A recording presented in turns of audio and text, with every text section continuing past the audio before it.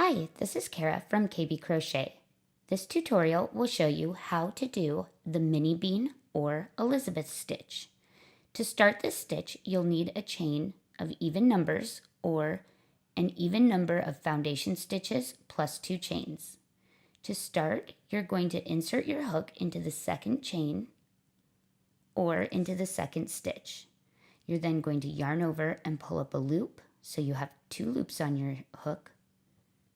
Yarn over, insert into that same chain or same stitch, and pull up a loop. You now have 4 stitches on your hook. You're then going to yarn over and pull through all 4 of those stitches. After that, you'll chain 1, and you've now completed your first mini bean stitch. You're then going to skip 1 chain and insert into the following chain or stitch.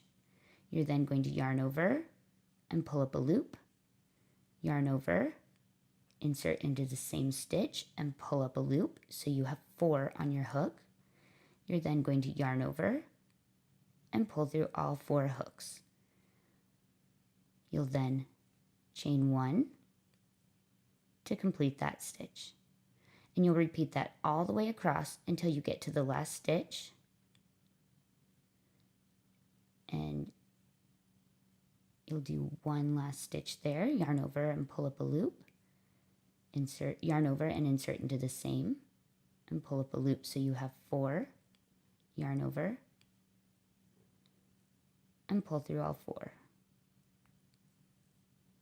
You're then going to chain 1 and turn. When I turn, I then chain 1 again to start my new row.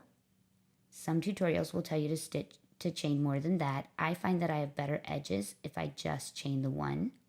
You're then going to notice that each of these stitches has 2 loops or 2 stitches at the top. So there's your first one, those 2 are your second, the next 2 are your third. You're going to insert into the back part or the second loop for each stitch. So that's this one back here, not the chain that connects them all.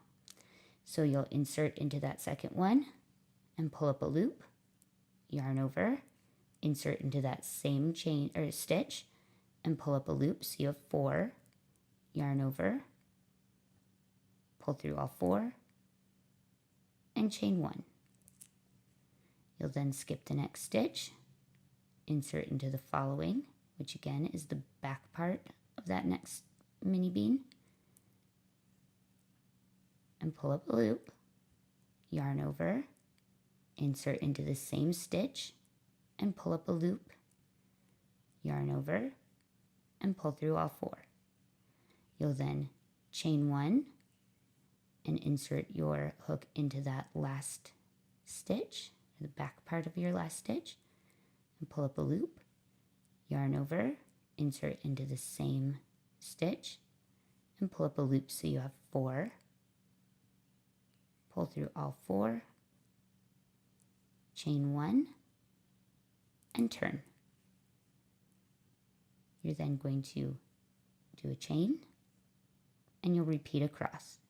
So you'll insert into not that first one, but the second one, pull up a loop, yarn over, and pull up a loop in that same stitch, and pull through all 4.